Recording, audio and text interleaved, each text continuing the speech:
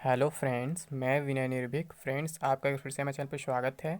Friends, जैसे कि जानते हैं मैं रोज़ डेली करंट अफेयर्स लेकर के आ जाता हूँ, तो आज फिर लेकर के आ गया हूँ। कल मंडे था इसलिए नहीं लाया क्योंकि संडे को काफ़ी कम न्यूज़ मिलते हैं, तो मंडे को ज़्यादा करंट अफेयर्स नहीं बन पाते हैं। तो संडे और मंडे का मिला के मैं हमेशा ट्यूसडे को लाता हूँ, आप लोग को मालूम होगा अगर मेरे पुराने व्यूवर्स सब्सक्राइबर्स होंगे तो। ठीक है, तो आज हम दोनों दिन का फिर से मिला के लाए हैं। तो आज का हम स्टार्ट करते हैं डेली करंट अफेयर्स 5 मई 2020। तो पहले हम स्टार्ट करेंगे 3 मई की खबरें से। ठीक है, तो महत्वपूर्ण दिन विश्व प्रेस स्वतंत्रता दिवस या विश्व प्रेस दिवस 3 मई। हर साल 3 मई को दुनिया भर में विश्व प्रेस स्वतंत्रता दिवस मनाया जाता है। इसे विश्व प्रेस दिवस के रूप में भी जाना जाता है। इस दिन उन सभी पत्रकारों को श्रद्धांजलि दी जाती है जिन्होंने जनहित के लिए पत्रकारिता करते हुए अपनी जान गंवा दी। विश्व प्रेस स्वतंत्रता दिवस 2020 का विषय है जर्नलिज्म विदाउट फियर और फेवर। फ्रेंड्स, ये बहुत इंपॉर्टेंट डे है, बट हमारे इंडिया के लिए काफ़ी ख़राब है कि ये जो वर्ड यहाँ यूज़ किया गया, जो थीम है ये जर्नलिज्म विदाउट फियर और फेवर। तो हमारे देश में दोनों चीज़ जारी है। ठीक है, यानी कि दोनों के बिना जर्नलिज्म हो ही नहीं सकता है, इसलिए हमारे मीडिया की रैंकिंग दिन पर दिन गिरते जा रही है। ये हम पॉलिटिक्स नहीं करना चाहते हैं, बट हमारे मीडिया की रैंकिंग गिरेगी फ्रेंड्स, तो इससे देश की बदनामी होगी। हमारी मीडिया की रैंकिंग 142 तक पहुँच चुकी है टोटल 180 देशों में। अगर अभी भी हमारे देश की मीडिया शुरुआत नहीं करती है कुछ अच्छा काम करना, तो फिर 180 तक भी जा सकती है हमारी भारत की रैंकिंग, जो काफ़ी गलत है, काफ़ी देश के लिए नुकसानदायक है।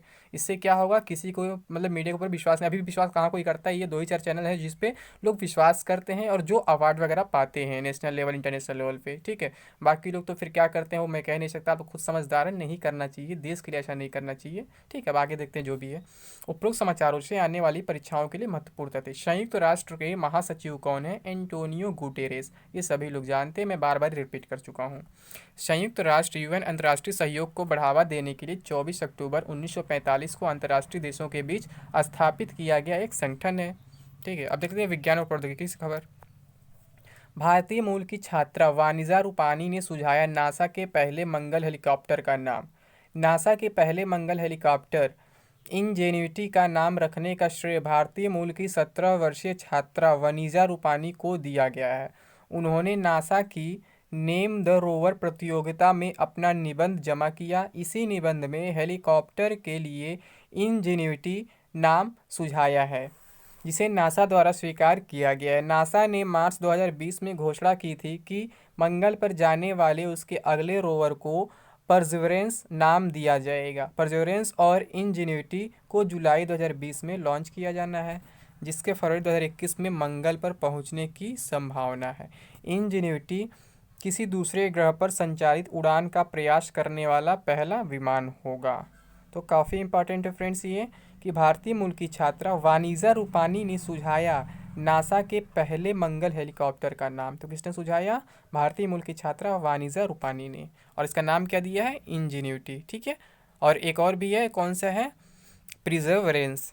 ठीक है, दोनों फरवरी 2021 तक क्या होगा, मंगल पे पहुंच जाएंगे अगर जुलाई 2020 में छोड़ा जाता है, भेजा जाता है, लॉन्च किया जाता है तो। ठीक है, उपरोक्त समाचारों से आने वाली परीक्षाओं के लिए महत्वपूर्ण तथ्य। National Aeronautics and Space Administration NASA के प्रशासक कौन है? Jim Bridenstine. ये भी बार बार रिपीट हो रहा है फ्रेंड्स, अगर आप मेरे पुराने व्यूअर सब्सक्राइबर हैं तो आपको मालूम होगा, आप देखे होंगे, आपको याद होगा।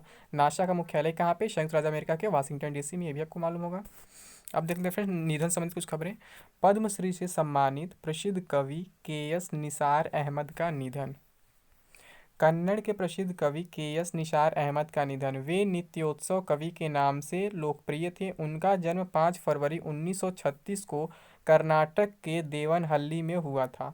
उन्हें 2017 में पंपा अवार्ड, कर्नाटक के सर्वोच्च साहित्यिक पुरस्कार से सम्मानित किया गया। इसके अलावा उन्हें 1981 में राज्योत्सव पुरस्कार और 2008 में पद्मश्री से भी सम्मानित किया जा चुका है।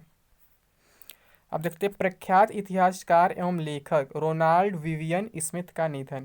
प्रख्यात इतिहासकार, लेखक और कोलम लिखने वाले रोनाल्ड विवियन स्मिथ का निधन। उनका जन्म 1938 में आगरा में हुआ था। वह 1950 के दशक में दिल्ली आए और 1961 में प्रेस ट्रस्ट ऑफ इंडिया में काम करना आरंभ कर दिया था। उनकी पुस्तक ट्रू क्रॉनिकलर ऑफ दिल्ली ने कैनन हॉलैंड पुरस्कार और माइकल मधुसूदन अकादमी से सामान्य ज्ञान और पत्रकारिता पुरस्कार 1997-98 के लिए रोटरी अवार्ड जीता था। तो फ्रेंड्स 3 मई खबरें पूरी हो गई, केवल 4 ही खबर थी, इसलिए मैं 2 दिन का मिला के लाता आप लोगों को बता ही चुका हूँ। ठीक है, अब 4 मई खबरें शुरू करते हैं। तो राष्ट्रीय समाचार।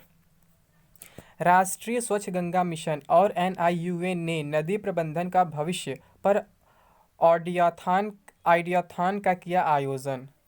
जल शक्ति मंत्रालय के तहत राष्ट्रीय स्वच्छ गंगा मिशन NMCG और शहरी मामलों का राष्ट्रीय संस्थान NIUA ने साथ मिलकर नदी प्रबंधन का भविष्य पर एक आइडियाथॉन का आयोजन किया है। यह विशेष वेबिनार यह पता लगाने के लिए आयोजित किया गया था कि कोविड-19 का संकट कैसे भविष्य में नदी प्रबंधन रणनीतियों को आकार दे सकता है और वैश्विक विशेषज्ञों की भागीदारी को प्रदर्शित कर सकता है।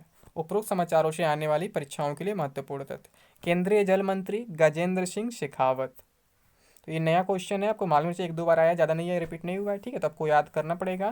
तो केंद्रीय जल मंत्री कौन है? गजेंद्र सिंह शेखावत।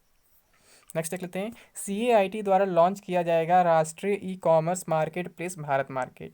कारोबारियों की संस्था अखिल भारतीय व्यापारी परिसंघ confederation of all India traders CAIT द्वारा एक राष्ट्रीय e-commerce market place Bharat market launch किया जाएगा। CAIT द्वारा विभिन्न प्रौद्योगिकी साझेदारों के साथ मिलकर खुदरा व्यापारियों के लिए शीघ्र ही राष्ट्रीय ई वाणिज्य बाजार भारत मार्केट आरंभ करने की घोषणा की जाएगी।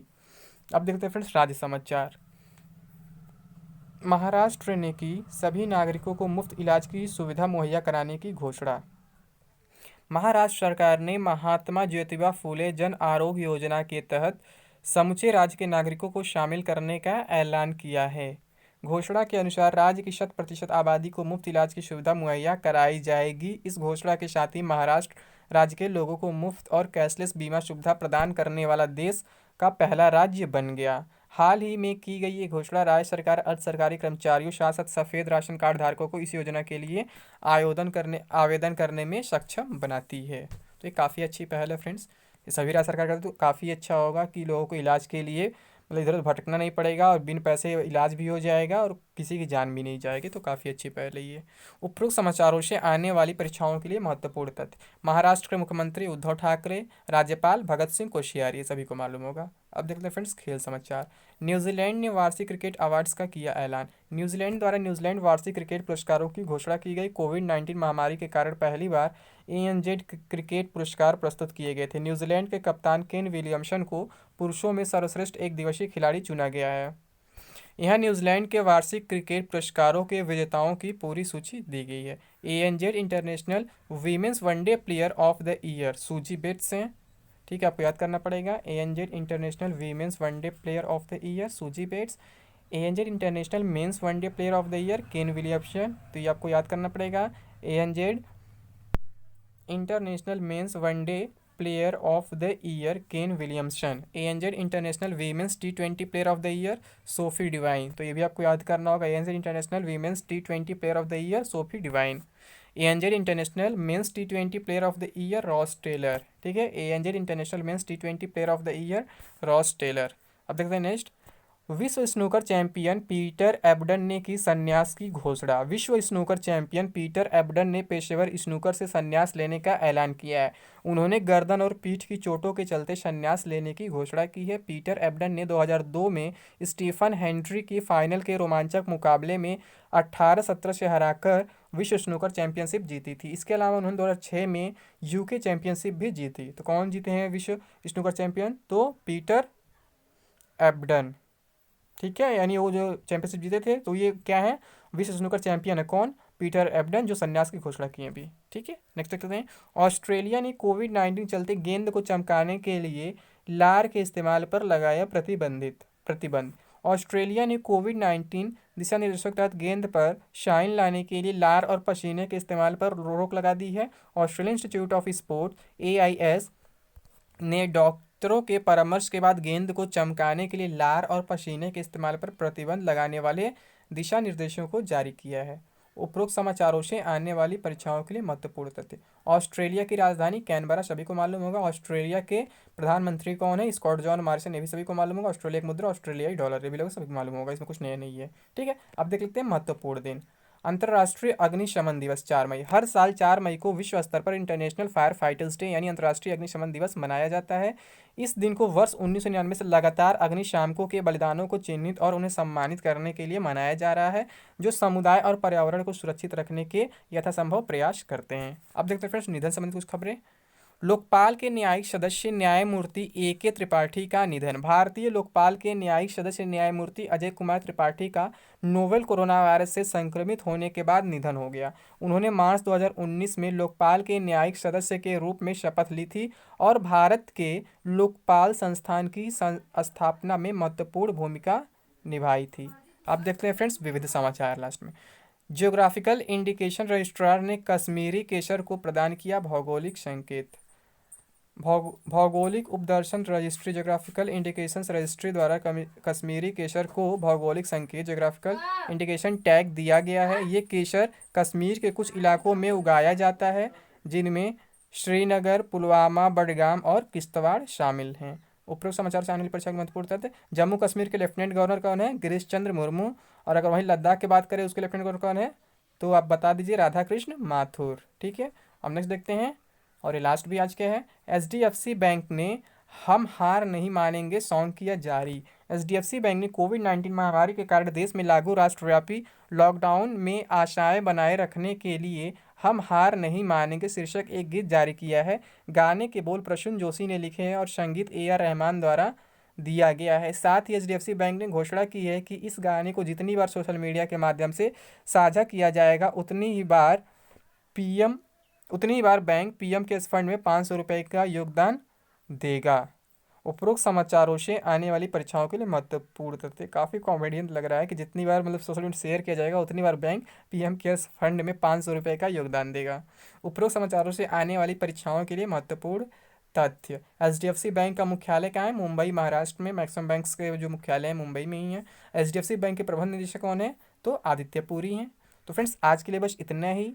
अब अगर आप मेरा वीडियो आज तक देख लिए हैं, पसंद है इसे लाइक जरूर कर दे, लाइक का बटन जरूर दबा दे। इसके साथ साथ फ्रेंड्स अगर अभी तक आप हमारे चैनल को सब्सक्राइब नहीं किए हैं, चैनल पहली बार विजिट किए हैं तो सब्सक्राइब जरूर कर लें।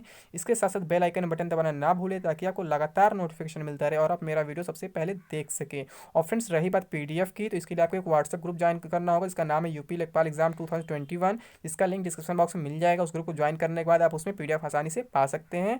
जो डेली में करंट अफेयर्स कराता हूँ उसके 1-2 घंटे बाद पीडीएफ प्रोवाइड कराता हूँ, फिर वहाँ से आप उसको पढ़ सकते हैं डाउनलोड करके। ठीक है फ्रेंड्स, और इसके साथ साथ अगर अभी तक आपने हमको फेसबुक, इंस्टा, फिर ट्विटर फॉलो कर सकते हैं। फॉलो करने से ये फायदा होता है फ्रेंड्स कि अगर आपको कोई पर्सनली क्वेरी है तो आप मुझसे डीएम करके बात कर सकते हैं। अगर बिना फॉलो के मुझे डीएम करते हैं तो आपका मैसेज स्पैम में चला जाता है, मैं देख नहीं पाता हूँ। इसलिए मैं बार बार कहता हूँ फॉलो करने के बाद ही डीएम करें ताकि आपका मैसेज मुझ तक पहुँच पाए।